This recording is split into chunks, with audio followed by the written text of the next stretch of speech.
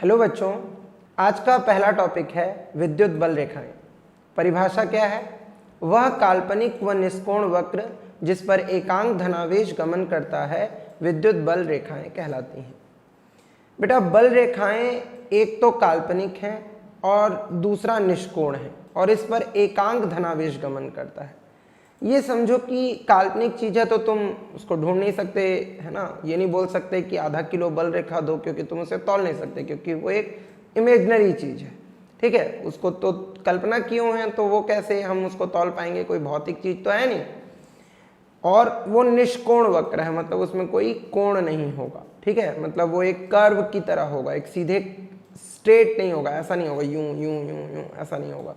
वो एक कर्व की तरह होगा, ऐसे निष्कोण होगा, उसमें कोई अलग से कोण दिखाई नहीं देगा, जिस पर एकांक धनावेश गमन करता है। अब ये फैराडे अजम्पशन है, फैराडे ने माना कि धनावेश गमन करता है। हम उसे ऋणावेश भी मान सकते थे, पर उसने ये माना कि अगर धनावेश होगा तो उस पर बल किधर लगेगा, जिधर बल लगेगा उधरी रेखा खींची, इसे बल रेखाएं कहते हैं। अब इसको समझो कि अगर मान लेते हैं मेरे को इसको समझना है, तो मैं यहाँ पर एक धनावेश ले लेता हूँ। अब अगर मेरे पास एक धनावेश है, तो धनावेश है, इसके पास से अगर मुझे बल रेखा खींचनी है तो मुझे एक धनावेश रखना पड़ेगा। अब धन धन को क्या करेगा? प्रतिकर्षित करेगा, और प्रतिकर्षण के कारण जो लाइन आएगा वो कुछ इस तरह आएगा। तो इसका मतलब इस लाइन में धनावेश जाएगा बल के कारण, तो उस लाइन को ही हम क्या कहेंगे? बल रेखाएं। तो इसका मतलब धनावेश गमन किधर करेगा? धन से बाहर की ओर प्रतिकर्षण के कारण। तो जो विद्युत बल रेखाएं होती हैं वो धनावेश से प्रारंभ होती हैं, ऐसे। अगर कोई ऋणावेश हो तो अगर कोई धनावेशित एकांक धनावेश को हम यहाँ रख देंगे तो ऋणावेश धनावेश को अपनी ओर आकर्षित करेगा, तो आकर्षण बल के कारण उसकी गति की दिशा कुछ इस तरह हो जाएगी। तो इस तरह हम बोल सकते हैं कि बल रेखाएं ऋणावेश पर खत्म होती हैं या ऋण आवेश में अंदर की ओर गमन करती हैं, कुछ इस तरह से। तो ये बल रेखाओं की दिशा हो गई, धन से बाहर की ओर निकलेगा और ऋण पर अंदर की ओर आएगा, बल रेखाएं जो हैं। अगर हम किसी द्विध्रुव के लिए बल रेखाओं को समझें तो मान लेते हैं कि एक द्विध्रुव है, कुछ इस तरह से। इस बिंदु पर धनावेश है, इसके समीप एक ऋणावेश है। तो धन से बल रेखाएं बाहर निकलेंगी, ऋण पर खत्म होंगी, तो इस तरह से आएगी बल रेखा। धन से बाहर की ओर निकलेगी यूं, ऋण पर अंदर की ओर आएगी यूं, ऐसे धन से बाहर की ओर निकलेगी, ऋण पर अंदर की ओर आएंगी बल रेखाएं, कुछ इस तरह से। बट जब हम लोग बीच में बल रेखाएं खींचेंगे तो बल रेखाएं जो हैं वो ऐसे वक्राकार प्राप्त होंगी, धन से बाहर निकलेंगी, ऋण पर आएंगी, ऐसे।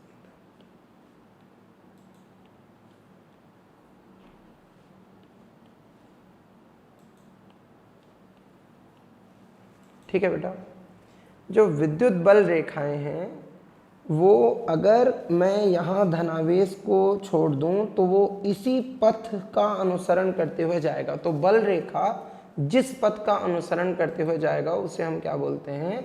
बल रेखाएं। जब हम लोग प्रयोग में देखते हैं कि अगर हम लोग प्रैक्टिकल्स भी करें तो हम देखते हैं कि जो आवेशित कण हैं वो बल रेखाओं के अनुदिश ही गति करते हैं, उसी की दिशा में गति करते हैं, और उसके कारण विद्युत क्षेत्र के अंदर जो आवेशित कण हैं वो बल रेखाओं के अनुदिश ही व्यवस्थित हो जाते हैं। ऐसा ही कुछ हम लोगों को चुंबक में भी दिखाई देता है, इसीलिए चुंबक में भी एक तरह की बल रेखाएं होती हैं जिन्हें चुंबकीय बल रेखाएं कहते हैं। जब हम लोग चुंबक चैप्टर पढ़ेंगे बेटा तो वहाँ विद्युत बल रेखा और चुंबकीय बल रेखा में अंतर पढ़ेंगे, जो कि एक इम्पॉर्टेंट टॉपिक है। बेटा अब पढ़ते हैं विद्युत बल रेखाओं के गुणधर्म। विद्युत बल रेखाएं निष्कोण व सतत वक्र है। अब इसको इस तरह समझो कि अगर मैं एक धनावेश और एक ऋणावेश ले लूं तो इसके बीच में कभी भी बल रेखा ऐसे असतत नहीं होता है। मतलब अगर असतत है इसका मतलब क्या होगा? जहां पर बल रेखा नहीं है वहां पर बल नहीं लग रहा होगा। वास्तविकता में दोनों आवेशों के बीच में हम कहीं पर भी आवेश को रखेंगे तो बल लगेगा। तो इसका मतलब वो असतत नहीं होता है, सतत होता है। मतलब तुम इस तरह नहीं खींच सकते, जैसे खींच सकते हो ऐसे कंटिन्यूअस। तो एक सतत वक्र है, निष्कोण वक्र है, मतलब बल रेखा कुछ इस तरह का नहीं खींच सकते, तुम ऐसे नहीं खींच सकते। तो बल रेखाएं सदैव क्या होती हैं, निष्कोण वक्र होती हैं, है ना, वो हमेशा कर्व के रूप में होगा ऐसे, ठीक है। तो वो निष्कोण वक्र है और सदैव सतत खींचा जाता है, सतत वक्र है। ये धनावेश से प्रारंभ होता है, ऋणावेश पर खत्म होता है। धनावेश से प्रारंभ होता है, ऋणावेश पर खत्म होता है। ये एक ओपन कर्व है, मतलब खुला वक्र है, बंद वक्र नहीं है। बेटा बंद वक्र और खुला वक्र को इस तरह समझो कि अभी जो मैंने खींचा वो एक बंद वक्र है, क्योंकि वो जहां से प्रारंभ हुआ है वहीं पर खत्म हुआ, कहीं पर तुम इसका अंत या प्रारंभ नहीं देख पाते हो, तो इसको हम लोग बोलेंगे बंद वक्र। बट अगर हम धनावेश और ऋणावेश को जोड़ें बल रेखा की सहायता से, तो तुम बल रेखा देखोगे कि यहाँ से यहाँ तक का है, मतलब बस इतना, तो ये पूरी तरह से बंद नहीं हुआ, इस तरफ तुम देख रहे हो बंद नहीं हुआ है, तो इसका मतलब हम बोल सकते हैं कि ये कैसा वक्र है, खुला वक्र है। तो बल रेखाएं खुला वक्र हैं, वो बंद वक्र नहीं है। बल रेखाएं धनावेश से प्रारंभ होती हैं, ऋणावेश पर खत्म होती हैं, सतत होती हैं, निष्कोण होती हैं। कभी भी दो बल रेखाएं एक दूसरे को नहीं काटती। इससे पहले एक टॉपिक ये भी समझना जरूरी है कि बल रेखा पर किसी भी बिंदु पर खींची गई स्पर्श रेखा परिणामी विद्युत क्षेत्र की दिशा को प्रदर्शित करती है। किसको प्रदर्शित करती है, परिणामी विद्युत क्षेत्र की दिशा को। अगर मुझे ये पता करना है कि किसी बिंदु पर विद्युत क्षेत्र के अंदर विद्युत क्षेत्र की तीव्रता किधर है, उसकी दिशा क्या है, तो उसके लिए मेरे को क्या करना पड़ेगा, बल रेखा पर स्पर्श रेखा खींचना पड़ेगा उस बिंदु के लिए। किसी भी बल रेखा के किसी भी बिंदु पर खींची गई स्पर्श रेखा परिणामी विद्युत क्षेत्र की दिशा को प्रदर्शित करती है। अब इससे पहले मैंने एक बताया कि दो बल रेखाएं एक दूसरे को कभी नहीं काटती। अगर ये एक बल रेखा है और ये दूसरी बल रेखा है, तो ये बल रेखाएं एक दूसरे को कभी नहीं काटती। पर अगर हम लोग उल्टा सोचें, एक बिंदु ए ले लें और उन बिंदुओं ए पर दोनों बल रेखाओं को एक दूसरे से प्रतिच्छेद कराएं, तो हम क्या देखते हैं। अगर हम बिंदु ए पर पहली बल रेखा, जिसको मैंने व्हाइट कलर में खींचा है, उसके लिए अगर हम लोग बल रेखा परिणामी विद्युत क्षेत्र की दिशा खींचें, तो वो कुछ इस तरफ होगा। और दूसरी बल रेखा, जिसको कि मैंने येलो कलर में खींचा है, अगर उस पर हम लोग परिणामी विद्युत क्षेत्र की दिशा खींचें, तो अगर इस पर हम परिणामी विद्युत क्षेत्र की तीव्रता की दिशा खींचें तो वो इस तरफ होगा। किसी एक बिंदु पर दो अलग अलग परिणामी संभव हैं क्या? किसी एक बिंदु पर दो अलग अलग परिणामी संभव नहीं है, ऐसा नहीं हो सकता। अभी इसको समझने के लिए समझो कि तुम्हारे जितने भी पैकेट्स हैं तुम्हारे शर्ट एंड पैंट में मिलाकर, उन सब में जितने भी पैसे हैं, अगर हम लोग उनको अभी ऐड करते हैं तो मान लेते हैं कि तुम्हारे पास 500 रुपीज़ हैं। अगर अभी तुम्हारे पास 500 रुपीज़ हैं, तो क्या अभी ही 700 रुपीज़ भी होंगे? ऐसा नहीं हो सकता। 500 होंगे या 700 होंगे, दोनों में से कोई एक ही नंबर होगा। अलग अलग नंबर एक साथ तो नहीं हो सकता। तो इसी तरह से जैसे कि तुम्हारे पास एक ही समय में एक से अधिक जो परिणामी रुपए हैं वो नहीं हो सकते, उसी तरह किसी एक बिंदु पर एक ही समय में एक से अधिक विद्युत क्षेत्र भी नहीं हो सकते। तो यहाँ हम बोल सकते हैं कि दो विद्युत बल रेखाएं एक दूसरे को कभी नहीं काटती, क्योंकि अगर ये काटती तो जिस बिंदु पर वो काटती उस पर एक साथ दो परिणामी विद्युत क्षेत्र होते, जो कि संभव नहीं है। अतः दो बल रेखाएं एक दूसरे को कभी नहीं काटती। ठीक है, ये एक इम्पॉर्टेंट क्वेश्चन है बेटा, तो इसको बोर्ड में भी पूछा गया है कि बल रेखाएं एक दूसरे को कभी नहीं काटती, क्यों? तो प्रश्न का उत्तर जरूर लिखना। ठीक है, बल रेखाएं जो हैं वो एक दूसरे की ओर सिकुड़ने का प्रयास करती हैं, मतलब लेंथ वाइज वो हमेशा सिकुड़ने का प्रयास करती हैं। इसको कैसे समझें? अगर हम लोग दो आवेश ले लें, एक धनावेश है और एक ऋणावेश। अब इसके बीच में एक बल रेखा है जो धन से प्रारंभ होती है, ऋण पर खत्म होती है। कुछ इस तरह से धन से प्रारंभ होती है, ऋण पर खत्म। तो इन बल रेखाओं में क्या गुण होता है कि ये सदैव लेंथ वाइज, मतलब जैसे कि इलास्टिक होता है ना, वो अंदर खींचने की कोशिश करता है, ठीक वैसे ही बल रेखाएं भी सदैव अंदर की ओर खींचने का प्रयास करती हैं, कुछ इस तरह से सिकुड़ने का प्रयास करती हैं। इस तरह हम समझ सकते हैं कि विजातीय आवेशों में आकर्षण क्यों होता है। विजातीय आवेशों में आकर्षण के गुण को समझ सकते हैं हम लोग कि एक धनावेश है, एक ऋणावेश है, अगर वो उनके बीच में बल रेखाएं हैं तो बल रेखाएं सदैव अंदर की ओर सिकुड़ने का, है ना, लंबाई के अनुदिश अंदर की ओर सिकुड़ने का गुणधर्म रखती हैं। तो इस कारण से हम समझ सकते हैं कि विजातीय आवेशों में क्या होता है, आकर्षण होता है। अगर हम सजातीय आवेशों में प्रतिकर्षण को समझें तो भी बल रेखाओं से समझ सकते हैं। बल रेखाएं धन से प्रारंभ होती, ऋण पर खत्म होती हैं। तो अगर इस धन से निकली है तो किसी ऋण की ओर चली जाएगी, धन से निकल करके किसी ऋण की ओर चला गया, ये बल रेखा कुछ इस तरह होगा।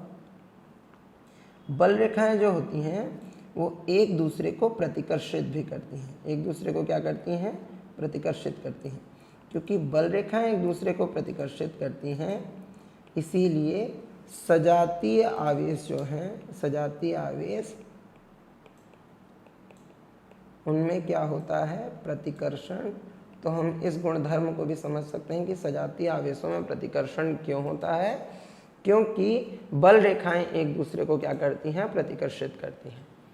ठीक है, बल रेखाएं एक दूसरे को क्या करती हैं, प्रतिकर्षित करते हैं। अगर कोई धात्विक चालक है, अगर कोई धात्विक चालक है, ये जैसे कि धात्विक चालक है, इससे बल रेखाएं हमेशा ही अभिलंबवत बाहर निकलती हैं या अभिलंबवत अंदर की ओर प्रवेश करती हैं। मतलब अगर मैं चाहूँ तो बल रेखा यहाँ पर खींचूंगा तो वो इस तरह आना चाहिए। वो क्या करेगा, जो बल रेखा है वो पृष्ठ पर कितने डिग्री का कोण बनाएगा, 90 डिग्री का। चाहे पृष्ठ कैसा भी हो, यहाँ पर बल रेखा किस तरह आएगा, ऐसे, वो हमेशा 90 डिग्री का एंगल बनाते हुए निकलेगा। यहाँ से बल रेखा यूँ आएगा, अंदर आ सकता है अगर इस पृष्ठ पर ऋणावेश है तो, अगर धनावेश होगा तो बाहर निकलेगा, पर अंदर प्रवेश करेगा या बाहर निकलेगा, चाहे जो भी करे, दोनों ही केसेस में जो बल रेखाएं होंगी या तो अभिलंबवत प्रवेश करेंगी, है ना, या फिर अभिलंबवत बाहर निकलेंगी। वो कोई कोण बनाते हुए प्रवेश नहीं करेंगी या कोण बनाते हुए बाहर नहीं निकलेंगी। ये भी एक इम्पॉर्टेंट क्वेश्चन है। कई बार बल रेखाएं जब खींचने के लिए हमको प्रश्न आता है तो उसमें धात्विक चालक दे देता है ना। कई बार ये भी पूछ सकता है कि अभिलंबवत ही प्रवेश करती हैं क्यों। किसी चालक के अंदर विद्युत बल रेखाएं सदैव अभिलंबवत प्रवेश करती हैं या सदैव अभिलंबवत बाहर निकलती हैं क्यों, अगर इस प्रश्न को हम समझने जाएं। इसके लिए मैं एक चालक ले रहा हूँ। मान लेते हैं कि एक चालक का टुकड़ा है, कॉपर का टुकड़ा ले लेते हैं, तांबे का। ठीक है, अब इस पर हम अगर ये सोचें कि बल रेखाएं जो हैं वो अभिलंबवत प्रवेश नहीं कर रही हैं, मतलब मान लेते हैं कि बल रेखा कोई कोण बनाते हुए इस पर प्रवेश कर रही है, जैसे कि ये एंगल मैं ले रहा हूँ क्या, थीटा।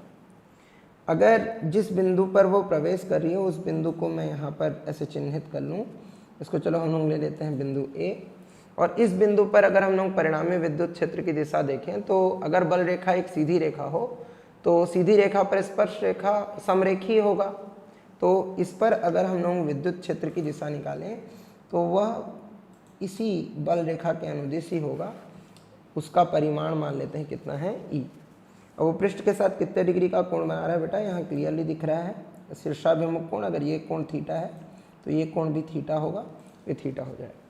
हम क्या कर सकते हैं, विद्युत क्षेत्र को उसके अवयवी घटकों में, यहाँ पर कोई भी सदिश विद्युत क्षेत्र की सदिश राशि है तो उसको उसके अवयवी घटकों में वियोजित कर सकते हैं। तो एक हो जाएगा ई कॉस थीटा और दूसरा हो जाएगा ई साइन थीटा। चलो अगर हम लोग ई कॉस थीटा को देखें तो ई कॉस थीटा जो है वो चालक के लंबाई के अनुदिश आरोपित विद्युत क्षेत्र है। अगर इसको मैं ई डैश ले लूँ, ई डैश का परिमाण कितना है यहाँ पर, ई कॉस थीटा। अगर चालक में लंबाई के अनुदिश कोई भी विद्युत क्षेत्र आरोपित होता है, सोच के देखो अगर होता हो तो होना क्या चाहिए, वो क्या करेगा, जो चालक के अंदर जो मुक्त इलेक्ट्रॉन हैं उन पर बल लगाएगा। और अगर इलेक्ट्रॉन को हम विद्युत क्षेत्र के अंदर रख देते हैं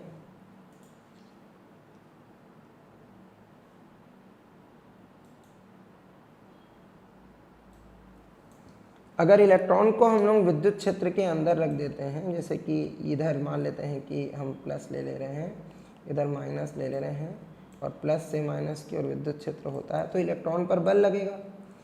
इलेक्ट्रॉन पर लगने वाले बल के प्रभाव में इलेक्ट्रॉन एक दिशा में विद्युत क्षेत्र के विपरीत दिशा में गति करने लगेंगे। और आवेश प्रवाह, इलेक्ट्रॉन आवेशित कण है और आवेश प्रवाह की दर को हम क्या कहते हैं, धारा कहते हैं। इसका मतलब चालक के अंदर धारा बहने लगेगी। मतलब चालक को अगर हम लोग किसी विद्युत क्षेत्र के अंदर रखें तो बस उसी से धारा बह जाएगी बिना कोई ऊर्जा व्यय किए। पर यह तो ऊर्जा संरक्षण के अनुरूप नहीं है, क्योंकि जब तक हम लोग ऊर्जा को एक रूप में व्यय ना करें वो दूसरे रूप में उत्पन्न नहीं हो सकती है ना, क्योंकि यहाँ ऊर्जा व्यय नहीं किया गया, बस चालक को विद्युत क्षेत्र में रख दिए। विद्युत क्षेत्र में रखने से धारा थोड़ी ना बहती है ना, क्योंकि अगर ऐसा हो जाता तो अपने आप जनरेटेड एनर्जी होती, पर वास्तविकता में ऐसा नहीं होता है, क्योंकि जब भी हम किसी चालक को विद्युत क्षेत्र में रखते हैं तो उससे कोई धारा नहीं बहती है। यहाँ बहने वाली धारा का मान क्या होता है, शून्य। आई का मान शून्य का मतलब ई डैश का मान क्या होगा, शून्य। मतलब ई कॉस थीटा का मान क्या होगा, शून्य। और कॉस थीटा का मान क्या होगा, शून्य। और कॉस थीटा का मान 0 कब होता है, जब हम लोग कौन सा डिग्री लेते हैं, तो इससे थीटा का वैल्यू क्या हो जाएगा। तो इससे ये प्रूव होता है कि किसी भी चालक के अंदर विद्युत बल रेखाएं सदैव अभिलंबवत प्रवेश करती हैं और बाहर भी निकलती हैं तो सदैव अभिलंबवत बाहर निकलती हैं। ठीक है, तो ये भी एक इम्पॉर्टेंट क्वेश्चन है बेटा, तो इससे तुमको लॉजिकल क्वेश्चन पूछ सकता है ना, और कई बार बल रेखाएं खींचने के लिए भी दे सकता है। तुम ध्यान रखोगे कि बल रेखाएं सदैव चालक के अभिलंबवत बाहर निकलेंगी और प्रवेश भी करेंगी तो सदैव अभिलंबवत प्रवेश करेंगी। ठीक है, अगला गुण है बल रेखाओं की आपेक्षिक सघनता विद्युत क्षेत्र की प्रबलता को निर्धारित करती है। इसका मतलब जहाँ बल रेखाएं सघन होती हैं वहाँ विद्युत क्षेत्र प्रबल होता है, जहाँ बल रेखाएं विरल होती हैं वहाँ विद्युत क्षेत्र दुर्बल होता है। अब इसे समझने के लिए हम एक बल रेखा ले लेते हैं, एक धनावेश ले लेते हैं। इसके कारण बल रेखाएं खींचते हैं तो हमको पता है कि बल रेखाएं धनावेश से बाहर की ओर इस तरह से गमन करती हैं, कुछ इस तरह। समझो कि ये जो बिंदु O है इस पर क्या है, धनावेश है और उससे बल रेखाएं बाहर की ओर निकल रही हैं। अच्छा बेटा, बिंदु O से 2 बिंदु ले लेते हैं, एक बिंदु A और यहाँ से कुछ दूरी पर एक और बिंदु ले लेते हैं B। अच्छा, बिंदु A तक की दूरी को अगर मैं R1 ले लूँ और बिंदु B तक की दूरी को अगर क्या ले लूँ, यहाँ से यहाँ तक की दूरी को R2। यहाँ से हम देख रहे हैं कि R2 is greater than R1। R2 R1 से क्या है, अधिक है। किसी बिंदु आवेश के कारण विद्युत क्षेत्र की प्रबलता E बराबर क्या होता है, 1/4 pi epsilon not K Q/R²। मतलब यहाँ से हम लिख सकते हैं E समानुपाती 1/R²। R का मान अधिक होगा तो E का मान क्या होगा, कम, और R का मान कम होगा तो E का मान क्या होगा, अधिक। यहाँ से क्लियरली देख रहे हैं। तो अगर R2 बड़ा है R1 से तो यहाँ हम देखेंगे कि E1 बड़ा होगा किससे, E2 से। अब अगर देख रहे हैं कि बिंदु A पर विद्युत क्षेत्र की तीव्रता अगर E1 हो और बिंदु B पर देखें विद्युत क्षेत्र की तीव्रता अगर E2 हो तो बिंदु B की विद्युत क्षेत्र की प्रबलता A से कम है। इसको कुछ इस तरह भी समझो कि अगर हम बिंदु A से देखें कि यहाँ के आसपास से बिंदु A वाले हिसाब से देखें इस क्षेत्र से अधिक बल रेखाएं गुजर रही हैं या बिंदु B वाले क्षेत्र से अधिक बल रेखाएं गुजर रही हैं, तो हमें क्लियरली दिख रहा होगा कि A वाले हिस्से से अधिक बल रेखाएं गुजर रही हैं, वहाँ सघन है ना। अगर बल रेखाओं को और सघनता से खींचें तो हम देख पाएंगे कि यहाँ बल रेखाएं बिंदु A के समीप काफ़ी पास हैं, जबकि बिंदु B के समीप इतने पास नहीं हैं।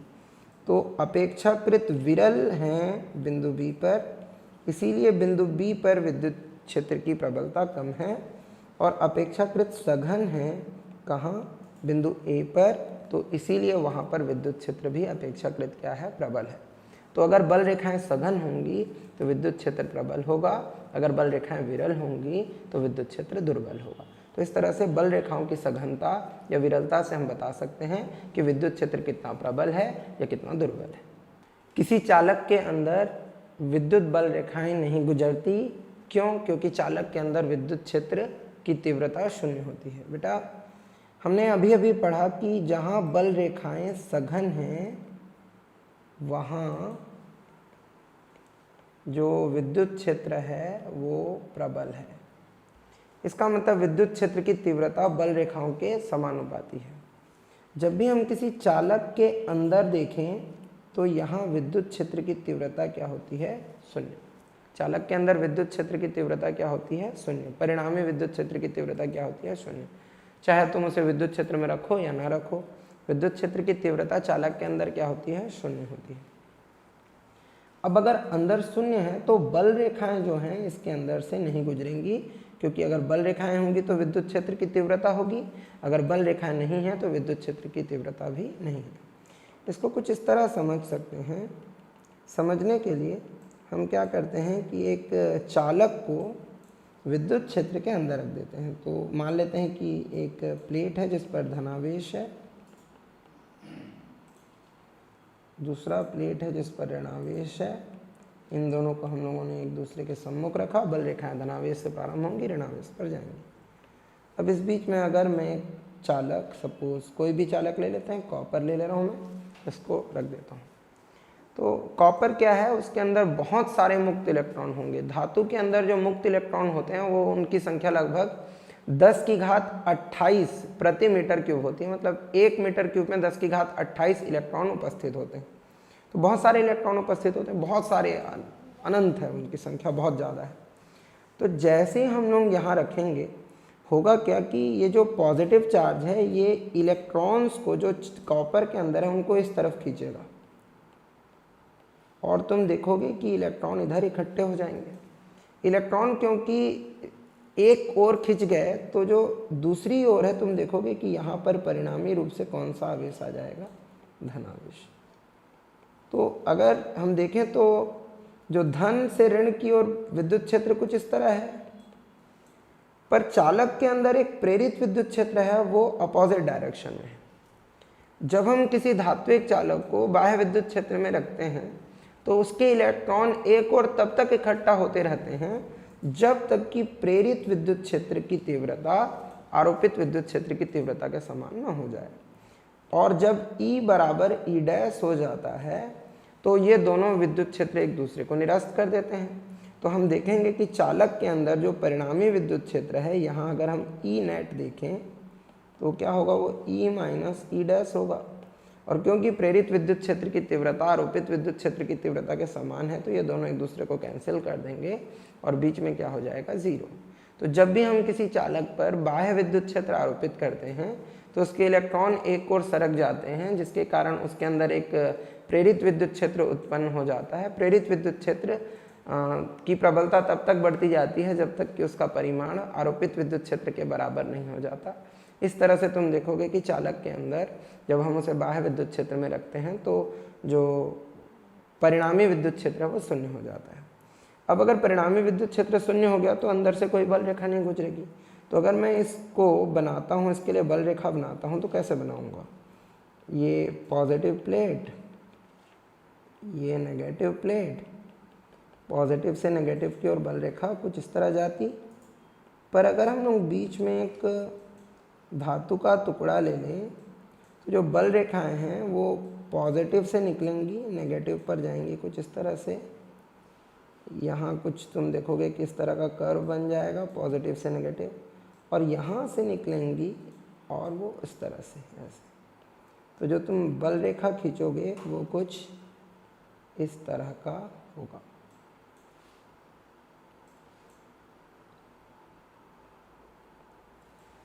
ठीक है। चालक के अंदर से कभी भी बल रेखाएं मत गुजारना, है ना।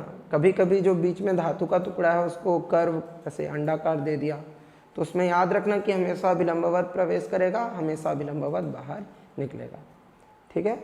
तो जब भी हम चालक को विद्युत क्षेत्र में रखेंगे तो याद रखेंगे कि चालक के अंदर से कोई बल रेखा नहीं गुजरेगा। क्यों नहीं गुजरेगा? क्योंकि चालक के अंदर विद्युत क्षेत्र की तीव्रता क्या होती है? शून्य। अगर विद्युत क्षेत्र की तीव्रता शून्य है तो वहाँ से कोई बल रेखाएं नहीं गुजर सकती। बेटा अब अगला टॉपिक पढ़ेंगे एक समान विद्युत क्षेत्र। एक ऐसा विद्युत क्षेत्र जिसके प्रत्येक बिंदु पर विद्युत क्षेत्र की तीव्रता एक समान हो, एक समान विद्युत क्षेत्र कहलाता है।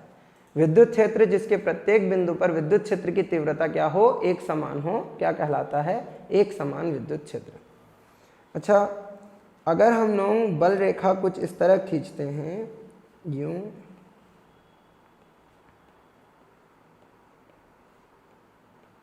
तो हमें पता है कि इस वाले हिस्से के विद्युत क्षेत्र की तीव्रता इस वाले हिस्से से अधिक है, E1 is greater than E2, क्योंकि जहाँ बल रेखाएं सघन हैं वहाँ विद्युत क्षेत्र प्रबल है, जहाँ बल रेखाएं विरल हैं वहाँ विद्युत क्षेत्र दुर्बल है। इसका मतलब बल रेखाएं ना सघन होनी चाहिए ना विरल होनी चाहिए, बराबर होनी चाहिए। और बराबर कब होंगी? जब बल रेखाएं परस्पर क्या हों? समांतर हों। जब बल रेखाएं परस्पर समांतर और समान दूरी पर हों तब उस केस में जो विद्युत क्षेत्र की प्रबलता होगी वो क्या होगी? बराबर होगी। अगर मैं इस तरह से दो ले लूँ E1 और E2, तो E1 is equals to E2 होगा। तो एक समान विद्युत क्षेत्र में बल रेखाएं क्या होती हैं? एक दूसरे के समांतर होती हैं। अब मान लो मुझे कोई एक समान विद्युत क्षेत्र उत्पन्न करना है, तो उसके लिए हम क्या करेंगे? एक इस तरह से सोचो कि मैं धनावेशित प्लेट ले लिया और इस तरह से ऋणावेशित प्लेट ले लिया। धन से ऋण की ओर अगर हम लोग बल रेखा खींचें तो धन से ऋण की ओर इस तरह जाएगा। जो बीच का हिस्सा है यहाँ बल रेखाएं परस्पर क्या होंगे? समांतर होंगे। बट जो सिरे होंगे वहाँ पर बल रेखाएं प्रतिकर्षित होकर थोड़े ऐसे मुड़ जाएंगी इस तरह से। तो इस हिस्से में एक समान नहीं होगा, पर बीच का हम ऐसा क्षेत्र ढूंढ पाएंगे दो विपरीत आवेशित प्लेट के बीच में जहाँ विद्युत क्षेत्र क्या हो? एक समान हो। तो इस तरह से हम लोग एक समान विद्युत क्षेत्र समझ सकते हैं। वह क्षेत्र जहाँ पर विद्युत बल रेखाएं समांतर हों उसे क्या कहते हैं हम लोग? एक समान विद्युत क्षेत्र। ऐसा विद्युत क्षेत्र जिसके प्रत्येक बिंदु पर विद्युत क्षेत्र की तीव्रता एक समान होती है उसे क्या कहते हैं? एक समान विद्युत क्षेत्र।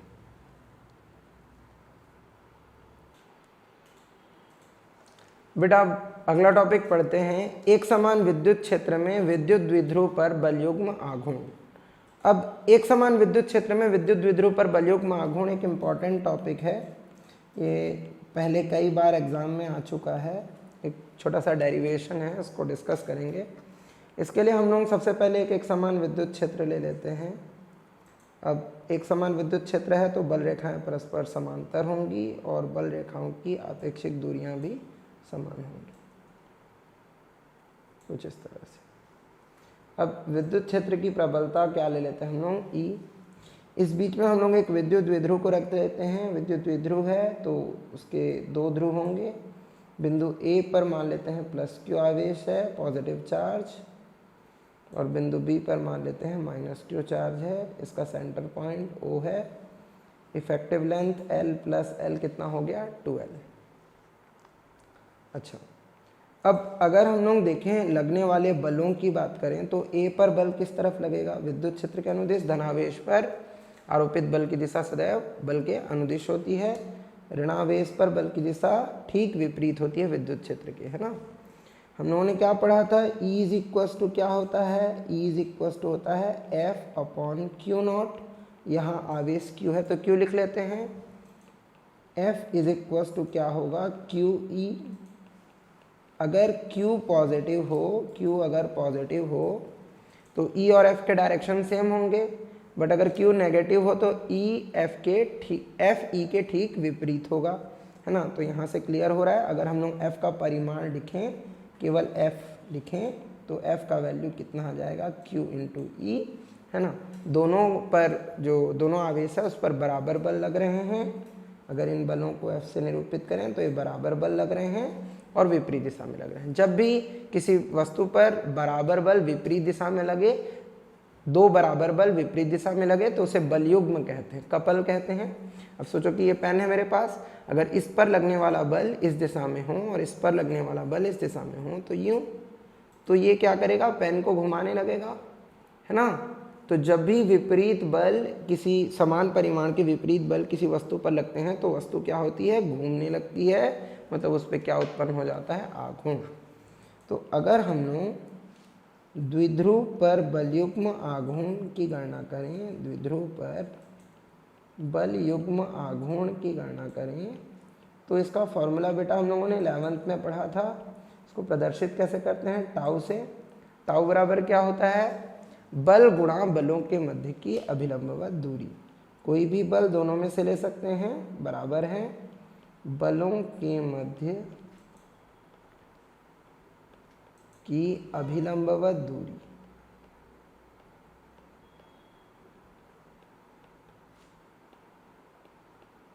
ये लिख सकते हैं। अच्छा, टाउ बराबर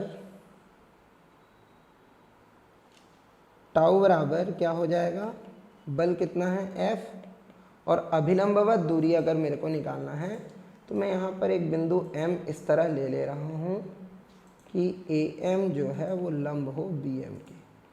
तो अभिलंब कौन हो जाएगा, परपेंडिकुलर कौन हो जाएगा, देखो एक बल F इस दिशा में है, दूसरा बल इस दिशा में है, दोनों के अभिलंबवत दूरी ये होगा, तो वो क्या हो जाएगा AM।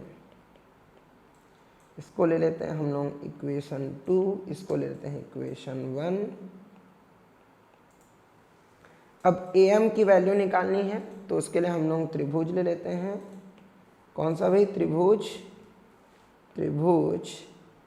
AMB में दिखा त्रिभुज, यह है A, यह M और यह B, तो AMB में अगर हम AMB में इस त्रिभुज में AM निकालना चाहते हैं तो हमें एक एंगल लेना पड़ेगा। हम क्या करते हैं, ये जो बीच वाला एंगल है इसको क्या ले लेते हैं, थीटा। अच्छा, थीटा किसके किसके बीच में एंगल है, तो ध्यान दें कि नेगेटिव चार्ज यहाँ -q चार्ज है और यहाँ +q चार्ज है। नेगेटिव से पॉजिटिव की ओर किसी भी डाइपोल का द्विध्रुव आघूर्ण होता है P, और इस दिशा में क्या है, विद्युत क्षेत्र E। तो P और E के बीच का एंगल क्या है, यहाँ पर थीटा। जो एंगल थीटा हमने लिया वो क्या है, P और B के बीच का एंगल। P द्विध्रुव आघूर्ण और E विद्युत क्षेत्र की तीव्रता, P और E के बीच का कोण है वो। तो यहाँ हम ले सकते हैं साइन थीटा। साइन थीटा क्या होगा, अगर ये कोण थीटा है तो लंब बटे कर्ण, लंब कितना है AM, कर्ण कितना है AB। यहाँ से हम AM बराबर लिख सकते हैं क्या, AB साइन थीटा। अच्छा, AB क्या है, AB है प्रभावकारी लंबाई। प्रभावकारी लंबाई A और B द्विध्रुव के बीच की दूरी कितनी है, 2L, तो AM का वैल्यू क्या हो जाएगा, 2L साइन थीटा। अब हम क्या करते हैं, समीकरण 3 से AM और समीकरण 1 से F का मान समीकरण 2 में रख देते हैं। F और AM दोनों का मान वहाँ से रख देते हैं। अच्छा, अगर ऐसे रख दें तो टाउ बराबर F की जगह रखना है QE, और यहाँ हम AM की जगह रखेंगे 2L साइन थीटा। तो बेटा Q इंटू 2L क्या होता है, द्विध्रुव आघूर्ण P बराबर होता है Q इंटू 2L। तो यहाँ से टाउ बराबर आ जाएगा P into E sine theta. वैसे अगर हम लोग इसका सदिश रूप लिखना चाहें, वेक्टर फॉर्म लिखना चाहें तो लिख सकते हैं। सदिश रूप में क्या होगा, टाउ वेक्टर जो होगा वो P क्रॉस E के बराबर होगा। हमें पता है A क्रॉस B बराबर क्या होता है, AB साइन थीटा। इस तरह से P cross E is equal to क्या होगा, PE साइन थीटा। तो यहाँ से हम लोग टाउ का मैग्नीट्यूड निकाल सकते हैं। बेटा अब अगला टॉपिक पढ़ते हैं, एक समान विद्युत क्षेत्र में विद्युत द्विध्रुव को घुमाने में किया गया कार्य। जब हम लोग विद्युत द्विध्रुव को एक समान विद्युत क्षेत्र में घुमाते हैं तो उसमें कितना कार्य करना पड़ेगा, इसके बारे में हमको पढ़ना है। इसके लिए सबसे पहले हम लोग एक समान विद्युत क्षेत्र ले लेते हैं जिस तरह का। इस विद्युत क्षेत्र की प्रबलता मान लेते हैं कितनी है, E। ठीक, इसमें हम लोग एक विद्युत द्विध्रुव ले लेते हैं। अभी विद्युत द्विध्रुव जो है वो बिंदु A पर +q आवेश, बिंदु B पर -q आवेश है। ये प्रभावकारी लंबाई 2L, इसका मध्य बिंदु O है। अब मान लेते हैं कि इस स्थिति में जो नेगेटिव पॉजिटिव को मिलाकर खींची गई रेखा, मतलब नेगेटिव से पॉजिटिव की ओर द्विध्रुव आघूर्ण P का E से बनाया गया कोण कितना है, θ1। और थोड़ी देर में ये घूम जाएगा, जो डाइपोल है हमारा, जो द्विध्रुव है हमारा, वो घूम जाएगा और वो यहाँ A' पर आ गया, यहाँ B' पर आ गया। A' पर +q आवेश, B' पर -q आवेश। और इस स्थिति में जो द्विध्रुव आघूर्ण की दिशा है वो किधर से किधर है, नेगेटिव से पॉजिटिव की ओर डाइपोल मोमेंट का डायरेक्शन ये होगा P। इसका E के साथ बनाया गया कोण बाद में कितना है, θ2। तो θ1 से θ2 में घुमाएं। अब इसके लिए किया गया कार्य निकालना है, तो एकदम से तो नहीं घुमा पाएंगे, तो एक छोटा कोण से घुमाते हैं, है ना। विद्युत द्विध्रुव को अल्प कोण dθ से घुमाने में किया गया अल्प कार्य है।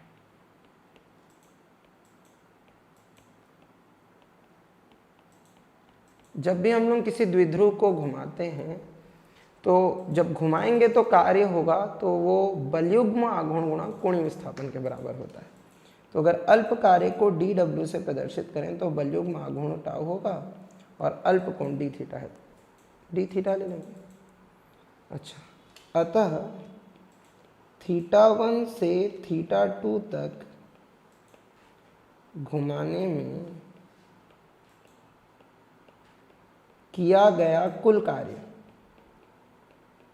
अगर ये निकालें हम, टोटल वर्क निकालें, तो टोटल वर्क क्या होगा, स्मॉल वर्क का इंटीग्रेशन।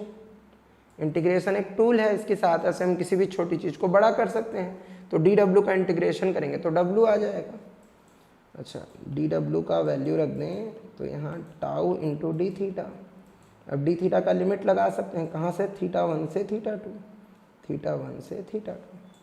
अब बेटा टाउ का वैल्यू रखते हैं और इंटीग्रेट कर देते हैं। w बराबर इंटीग्रेशन, टाउ का वैल्यू क्या होता है, PE sin theta into d theta, θ1 to θ2। w is equal to, P और E कांस्टेंट है तो ये बाहर निकल आएंगे, PE बाहर निकल आया। Integration of sin theta d theta from θ1 to θ2। w बराबर PE sin थीटा का इंटीग्रेशन कितना होता है बेटा, sin थीटा का इंटीग्रेशन होता है cos थीटा, ठीक है। sin थीटा का इंटीग्रेशन होता है minus cos theta from θ1 to θ2। Minus sine बाहर निकाल लेते हैं, माइनस PE, ये हो जाएगा cos theta from θ1 to θ2। w is equal to minus PE, ये हो जाएगा cos θ2 माइनस cos θ1। पहले अपर लिमिट रखेंगे फिर लोअर लिमिट रखेंगे, माइनस का गुणा कर देंगे तो w बराबर आ जाएगा PE cos θ1 माइनस cos θ2, ठीक है। तो ये आ गया हमारा क्या किया गया कार्य। कई बार कंडीशन में हमको लिया रहता है कि θ1 0 डिग्री है और θ2 थीटा है। अगर ऐसा हो तो w इज इक्वल टू क्या हो जाएगा, PE cos 0 degree minus cos theta. cos 0 degree का वैल्यू क्या होता है, 1, तो ये 1 माइनस cos थीटा।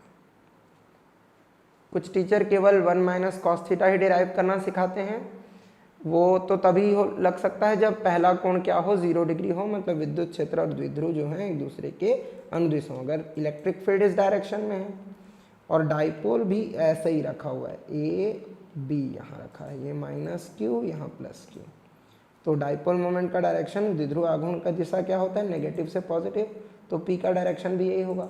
P और E अगर सेम हो तो θ1 का वैल्यू क्या हो, 0। तो यहाँ से अब जब अनुदिश है वहाँ से घुमाने में किया गया कार्य जब निकालेंगे तो उस केस में θ1 को 0 ले सकते हैं। बट अगर 30 डिग्री से 60 डिग्री तक घुमाने में किया गया कार्य निकाल रहे हैं तो उसमें θ1 का वैल्यू क्या होगा, 30 डिग्री, और θ2 का वैल्यू क्या होगा, 60 डिग्री। तो इसमें वैल्यू हम लोग पुट कर सकते हैं। समझ में आया, ठीक है बेटा। अभी हम लोगों ने विद्युत द्विध्रुव को एक समान विद्युत क्षेत्र में घुमाने में किया गया कार्य निकाला। फॉर्मूला क्या निकला, w is equal to PE cos θ1 minus cos θ2। अब मान लेते हैं कि θ1 जो है वो 30 डिग्री है और θ2 जो है वो 90 डिग्री है। अब ये हम लोग ले लेते हैं ऐसा, θ1 से θ2, मतलब विद्युत क्षेत्र की दिशा कुछ इस तरफ थी। अब θ1 मतलब द्विध्रुव यहाँ ऐसे था ए बी, इस केस में ऑलमोस्ट ये 30 डिग्री बना रहा था। फिर बाद में हम लोगों ने द्विध्रुव को ऐसा कर दिया ए डैश बी डैश, इस केस में उसके द्वारा बनाया गया कोण 90 डिग्री। अगर हम बलों की दिशा देखें तो ये इस तरफ बल लग रहे थे F, बलों की दिशा देखें तो इधर F, इधर F, इसके विरुद्ध हम ले जा रहे हैं। बल जो है वो विद्युत द्विध्रुव को विद्युत क्षेत्र की तरफ खींचने की कोशिश कर रहे हैं, हम उसके अपोजिट में उसको ले जा रहे हैं। तो इस केस में W का वैल्यू कितना आएगा देखते हैं। W is equal to PE, ये हो जाएगा cos 30 degree minus cos 90 degree.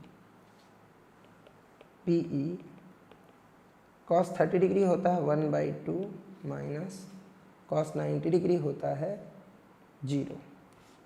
तो ये हो जाएगा PE/2, ये हो जाएगा PE/2। W का वैल्यू आया पॉजिटिव। धनात्मक का मतलब है कि ये कार्य हमने किया, मतलब विद्युत द्विध्रुव को एक समान विद्युत क्षेत्र में घुमाने के लिए हमने कार्य किया, कार्य करना पड़ा। अगर हम लोग इसका ठीक उल्टा सोचें, W इज इक्वल टू अभी हम लोगों ने पढ़ा था PE cos θ1 माइनस cos θ2। अगर θ1 का वैल्यू 30 डिग्री हो और θ2 का वैल्यू 0 डिग्री, मतलब हम बड़े एंगल से छोटे एंगल की तरफ देख रहे हैं, तो विद्युत क्षेत्र की दिशा E है, द्विध्रुव पहले ए बी इस कंडीशन में है और ये पहले 30 डिग्री का एंगल बना रहा है, और बाद में डाइपोल को हम लोग ए डैश बी डैश के केस में ले आ रहे हैं, और इस केस में ये कितने डिग्री का एंगल बना रहा है 0 डिग्री का। मतलब अगर हम देखें तो यहाँ आरोपित बल जिस दिशा में विद्युत द्विध्रुव को घुमाना चाहता है हम उसी दिशा में घुमा रहे हैं। तब इस केस में अगर W निकालें तो W इज इक्वल टू क्या होगा, PE cos कितना 30 degree minus cos 0 degree. PE cos 30 का वैल्यू कितना होता है 1/2, cos 0 का वैल्यू कितना होता है 1, तो इस केस में माइनस PE आ जाएगा, मतलब कार्य नेगेटिव आया, W नेगेटिव आया। W नेगेटिव का मतलब हम कार्य नहीं कर रहे हैं, विद्युत क्षेत्र खुद कर ले रहा है।